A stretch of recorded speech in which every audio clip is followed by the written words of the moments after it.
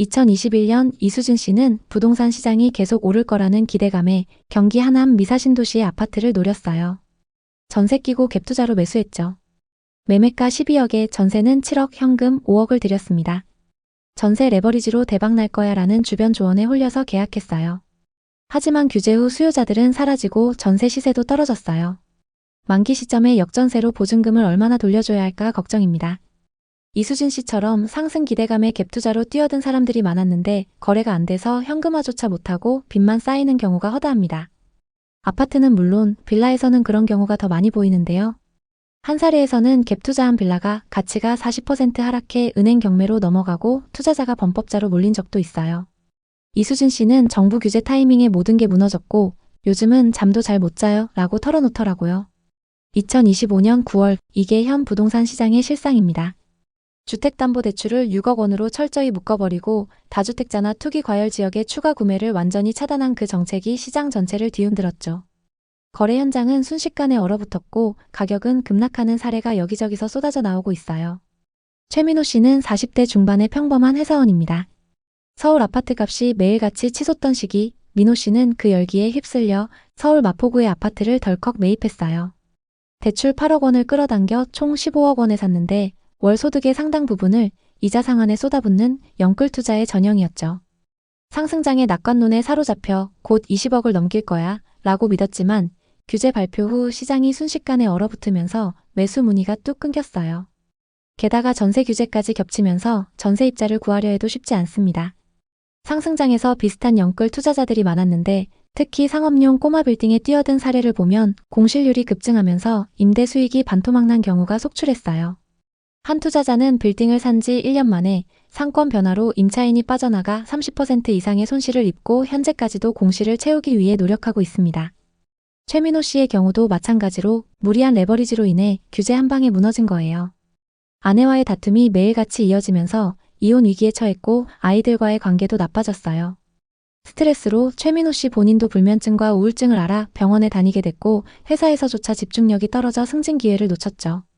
최근 뉴스 기사를 보니 영끌 투자 실패로 가족 갈등이 극에 달해 자녀가 학교를 포기하거나 부부가 헤어지는 경우가 급격히 늘고 있다고 해요. 최민호 씨는 정부 정책 때문에 인생이 산산조각 났어요. 팔아도 대손실이고 안 팔아도 빚더미에 짓눌려 숨쉬기 힘들어요. 라며 한숨을 쉬더라고요. 이 대출 규제가 왜 이렇게 치명적이었는지부터 천천히 짚어볼게요. 이번 규제는 수도권과 규제 지역에서 주택담보대출을 6억으로 딱 고정하고 1주택자라도 기존 집을 처분하지 않으면 새 대출은 꿈도 못 꾸게 만들었어요. 다주택자라면 말할 것도 없죠. 완전 셧다운 상태예요. 이건 가계부채를 옥죄기 위한 강력한 조치였고 시장은 순식간에 멈춰버렸습니다. 서울의 상징적인 대단지 헬리오시티를 떠올려 보세요. 전용 84타입이 규제 발표 직전인 6월 25일 27억 2천만 원에 거래되며 사상 최고가를 새로 썼어요. 발표 이틀 전의 거래였죠. 발표 바로 다음 날인 28일에도 27억 500만 원의 거래가 성사됐지만 불과 10일 만에 같은 평형 23층이 22억 원으로 떨어졌어요. 직전 대비 5억 원 가까이 무려 20%나 추락한 거예요. 강동구나 송파구 다른 대형 아파트들도 호가가 2, 3억씩 내려앉은 매물이 쏟아지고 있죠. 대출 6억 상한선이 시장의 숨통을 제대로 옥죄고 있는 겁니다. 이번 규제로 충격이 가장 큰 곳은 신축 아파트의 전세 시장이에요. 소유권 이전 조건부 전세 대출을 아예 금지해버렸잖아요. 그래서 입주를 코앞에 둔 새 집의 주인들이 임차인을 구하지 못해 허덕이고 있어요. 전세 가격이 슬며시 내려앉고 월세로 전환된 매물이 눈에 띄게 늘었어요. 반포 메이플자이를 예로 들어볼게요. 전용 84타입 전세가 11억 원에서 17억 원까지 넓게 포진돼 있는데 이제 현금으로 이 보증금을 감당할 임차인을 찾는 게 하늘의 별 따기예요. 총 3,300세대 중 전세 매물이 1,500개 정도 그리고 월세가 1,700개 정도입니다. 규제 발표 이후 500개 이상이 월세로 돌아선 거예요. 매물 설명에 보증금 조정 가능, 장기 임대 환영 이런 문구가 붙어 있지만 솔직히 장기 임대는 지켜지기 어려워 보이죠. 최근 전국 임대차 계약 중 월세 비중이 52%를 넘었고 서울은 65%까지 치솟았어요. 전세 사기 후유증과 대출 축소가 월세 전환을 부채질한 거예요.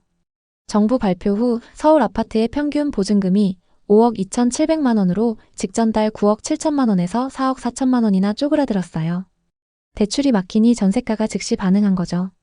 월세가 그만큼 올랐지만 전세 상승 모멘텀은 이제 꺾인 상태예요. 최근 정부의 규제는 여러 가지 제한 사항을 두며 전세 대출을 전면 금지시켰는데요.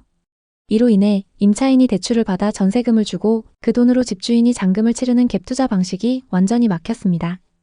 규제가 시작되면서 집주인들은 임차인을 구하지 못하고 있어요. 특히 신축 분양 아파트 집주인들 대부분이 그런 상황입니다. 제가 현장에서 만난 한 집주인은 이렇게 말하더군요. 전세 임차인만 구하면 잔금을 메울 수 있었는데 이제 그게 안 된다네요. 제2금융권에서 고금리 대출을 알아보고 있어요. 그렇게 되면 이자만 매달 수백만 원이 나가요. 투자라고 했는데 빚만 쌓이는 기분이에요. 수많은 가족들의 생계를 위협하는 상황입니다. 이영진 씨는 40대 초반 사업가입니다. 2022년 말 서울의 1800세대 규모 신축 아파트를 분양받았어요. 전용 84타입 분양가 16억. 이영진 씨는 분양권 투자로 시세 차익을 노리겠다는 생각이었어요. 전세 임차인을 구해서 전세금으로 중도금 대출과 잔금을 메우고 계약금과 일부 돈만 가지고 신축 아파트를 소유할 생각이었죠. 사업을 하면서 분양권 투자로 은퇴 자금을 모을 수 있을 거라 믿었어요. 친구들과 가족들에게도 분양권 당첨 소식을 자랑했죠. 하지만 대출 규제가 터지면서 모든 게 무너졌어요. 소유권 이전 조건부 전세 대출이 금지되자 임차인에게 전세 주면서 새 집을 소유하는 게 불가능해졌습니다. 임차인들 중 현금 부자는 없고 대부분 대출에 의존하는 사람들인데 이제 대출이 불가능하기 때문에 다들 발길을 돌렸죠.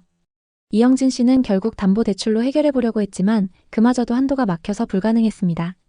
결국 모자란 돈은 사금융권에서 10% 이상의 금리로 빌려야 하는 상황입니다. 월세로 돌려도 수익이 안 나요. 오히려 적자예요. 투자라고 했는데 빚더미에 앉았네요. 이 아파트를 팔아야 할지 버텨야 할지 모르겠어요. 이현정 씨의 사례처럼 규제 직격탄을 맞은 갭 투자자들이 속출하고 있습니다. 거래 현장도 완전 얼음장처럼 차가워졌어요. 9월 중순 기준 서울 아파트 거래가 454건으로 6월 중순 2,964건에 비해 84%나 감소했어요. 경기도도 1,025건으로 6월 5,122건의 반도 안 돼요. 대출 없이는 비싼 집을 사기 어렵다는 게 적나라하게 드러난 거예요. 공인중개사들 사이에선 이러다간 생계가 위태로워진다는 한탄이 터져나오고 있어요. 제 지인 중개사분은 거래가 없으니 사무실 월세 내기도 벅차요. 집값 오를 때도 내릴 때도 고통은 똑같아요 라고 푸념하시더라고요. 이 모든 게 우리나라 가계대출 의존도의 심각함을 드러내는 거예요. 지난 몇 년간 집값 상승은 빚으로 떠받쳐왔던 거였어요. 이수진 씨는 40대 후반의 약사예요. 부동산 시장이 다시 오를 거라는 기대감에 경기 하남의 아파트를 노렸어요. 전세 끼고 갭투자로 매수했죠. 매매가 12억에 전세는 7억, 현금 5억을 들였죠. 전세가 오르면 레버리지로 대박날 거라는 주변의 조언에 홀려서 계약했어요. 하지만 규제 후 수요자들은 사라지고 전세 시세도 떨어졌어요. 만기 시점에 역전세로 보증금을 얼마나 돌려줘야 할까 걱정입니다. 이수진 씨처럼 상승 기대감에 갭투자로 뛰어든 사람들이 많았는데 거래가 안 돼서 현금화조차 못하고 빚만 쌓이는 경우가 허다합니다. 특히 빌라에서 그런 경우가 더 많이 보이는데요. 한 사례에서는 갭투자한 빌라가 규제 후 가치가 40% 하락해 은행 경매로 넘어가고 투자자가 범법자로 몰린 적도 있어요. 이수진 씨는 정부 규제 타이밍에 모든 게 무너졌고 요즘은 잠도 잘 못 자요 라고 털어놓더라고요. 하지만 시장이 완전히 무너진 건 아니에요. 오히려 일각에서는 반등 분위기가 형성되고 있습니다. 왜냐하면 금리 인하 기대가 커지기 때문이에요. 돈이 풀리면 인플레이션이 따라오고 집값도 그 물결에 휩쓸리기 마련이죠. 정부가 금리를 내리기 전에 대출을 미리 옥죄는 이유도 바로 이거예요. 서민들은 6억 이상 대출을 꿈도 안 꾸지만 중산층이 영끌로 달려드는 경우가 많으니까요. 늘어난 돈이 주식으로 몰리거나 부동산으로 회귀할 수 있어요. 최근 코스피가 3,200선을 오르내리며 뜨거워진 게 그 증거죠. 주식 열기가 식으면 다시 부동산으로 눈을 돌릴 가능성이 크다고 봐요. 정은경 씨는 50대 초반 사업가예요. 지난 상승장 서울 종로의 꼬마 빌딩에 올인했어요. 대출 14억으로 20억짜리 매물을 거머쥐었죠. 사업자 대출로 70%까지 대출을 받을 수 있었습니다. 역 주변이기 때문에 임대 수익으로 안정적인 현금 흐름을 만들 수 있어요. 그리고 몇 년 보유하시다가 시세 차익 보시면 됩니다. 이런 부동산 실장의 말에 덜컥 계약해버렸어요. 하지만 이후 1층 임차인이 나가면서 월 수익이 급락했습니다. 건물 가치가 하락하는 게 두려워 월세를 낮추지 못하고 계속 공실로 뒀는데요. 그동안 손해본 돈만 얼만지 모르겠어요. 요즘 임차인 구하는 게 너무 어렵네요. 상업용 부동산 자료를 보니 2025년 공실률 장기화로 투자자 중 30%가 손실을 보고 있다고 합니다. 무조건 부동산을 사지 말라는 게 아닙니다. 오를 거라는 막연한 기대감으로 무리한 빚을 짊어지지 말라는 거죠. 실물 자산을 늘려나가는 건 부를 축적하는 데 기본입니다. 또 내 집 마련은 필요합니다. 다만 데이터와 냉정한 판단으로 가세요. 지금 거래가 주춤하고 전세가 내려앉았지만 유동성이 터지면 집값이 다시 꿈틀댈 수 있어요. 그렇기 때문에 시장의 변화를 꼼꼼하게 체크해야 합니다. 과열 속에서 뒤늦게 상업용 부동산이나 소형 빌라에 뛰어든 사람들도 많았어요. 3년째 이자만 갚는 경우가 허다하고 대부분 포기 상태입니다. 그 중에는 3년 전 영끌로 산 빌라가 하락해 파산까지 갔고 가족 전체가 단칸방 생활을 한 분도 있어요. 또 빌라 사기로 3억을 날린 분이 우울증으로 입원하고 자녀가 학교를 그만둔 이야기까지 들었어요. 이런 후유증은 단순한 돈 손실이 아니에요. 심리적 압박으로 매일 불안에 떨고 매도 타이밍을 놓쳐 더 큰 손실을 키우죠. 생활의 질이 뚝 떨어져 가족 관계가 파탄나고 건강 문제까지 겹쳐요. 영끌한 사람들 중 62%가 손해를 봤다는 통계처럼 다들 상승을 기대했지만 실제로는 빚만 남은 사례가 허다해요. 부동산 투자 실패로 인한 가족 몰락 이야기도 많아요. 이런 이야기들을 보면 상승장의 달콤한 유혹이 얼마나 무서운 덫인지 알겠어요. 이제 전세나 대출 레버리지를 풀로 써서 투자하는 시대는 끝나갑니다. 다만 모든 부동산이 하락하진 않을 거예요. 또 서울 수도권과 지방의 부동산 양극화는 더욱 심해질 겁니다. 2025년 상반기 부동산 시장은 규제 여파로 거래량이 급격히 줄었지만 대출 규제에서 비교적 자유로운 지역들은 거래가 지속되면서 반등할 가능성이 높습니다. 예를 들어 인천이나 경기도의 중저가 아파트들은 여전히 거래가 되고 있어요. 반대로 규제 지역의 고가 아파트는 일부 최고가 거래 말고는 거의 거래가 멈춰있는 상태죠. 2025년 하반기엔 금리 인하 기대가 있지만 각종 규제가 풀리지 않으면 거래는 더 줄어들 거예요. 또 세금 강화로 부동산 보유자들이 매물을 내놓으면 가격 조정이 올 수도 있어요.